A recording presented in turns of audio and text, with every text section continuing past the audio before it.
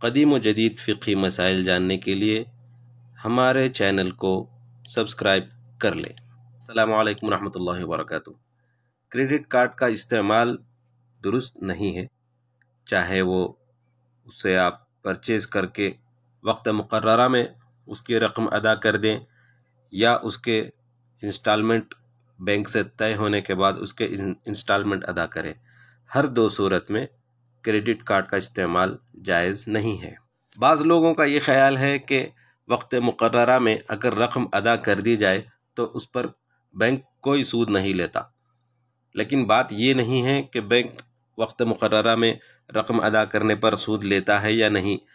بات اصل یہ ہے کہ یہ معاملہ شروع سے ہی سودی شرط پر مبنی ہے، کیونکہ آپ جب بھی کریڈٹ کارڈ حاصل کریں گے، چاہے کاروبار کے لیے ہو یا آپ کی اچھی سیلری کی وجہ سے ہو، دونوں صورتوں میں جن شرائط پر آپ دستخط کرتے ہیں اس میں ایک شرط یہ ہوتی ہے کہ تاخیر کی صورت میں آپ کو کچھ پینالٹی ادا کرنی ہوگی۔ اس شرط کی وجہ سے کریڈٹ کارڈ کا لینا جائز نہیں ہے، یعنی کہ اس معاملے میں سود کا لین دین شروع سے ہی شامل ہے، اس لیے یہ معاملہ اپنے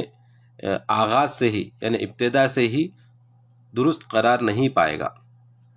بینک جو کریڈٹ کارڈ دیتا ہے بزنس مین کو اور امپلائیز کو،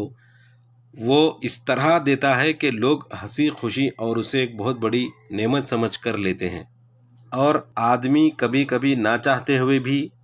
اس کا استعمال کسی نہ کسی صورت میں کر بیٹھتا ہے۔ بلکہ بینک کی طرف سے کچھ پوائنٹ مقرر کیے جاتے ہیں کہ آپ کریڈٹ کارڈ پر جتنا پرچیز کریں گے اتنا آپ کے پوائنٹس میں اضافہ ہوگا۔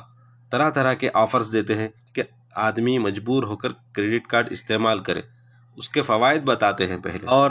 مختلف قسم کے ایڈز اسے بھیجتے ہیں، جیسے یہ لیپ ٹاپ خریدیں اس پر آپ کو اتنے پوائنٹس ملیں گے، یہ موبائل خریدیں اس پر اتنے پوائنٹس ملیں گے، فلاں شو روم پر آپ کو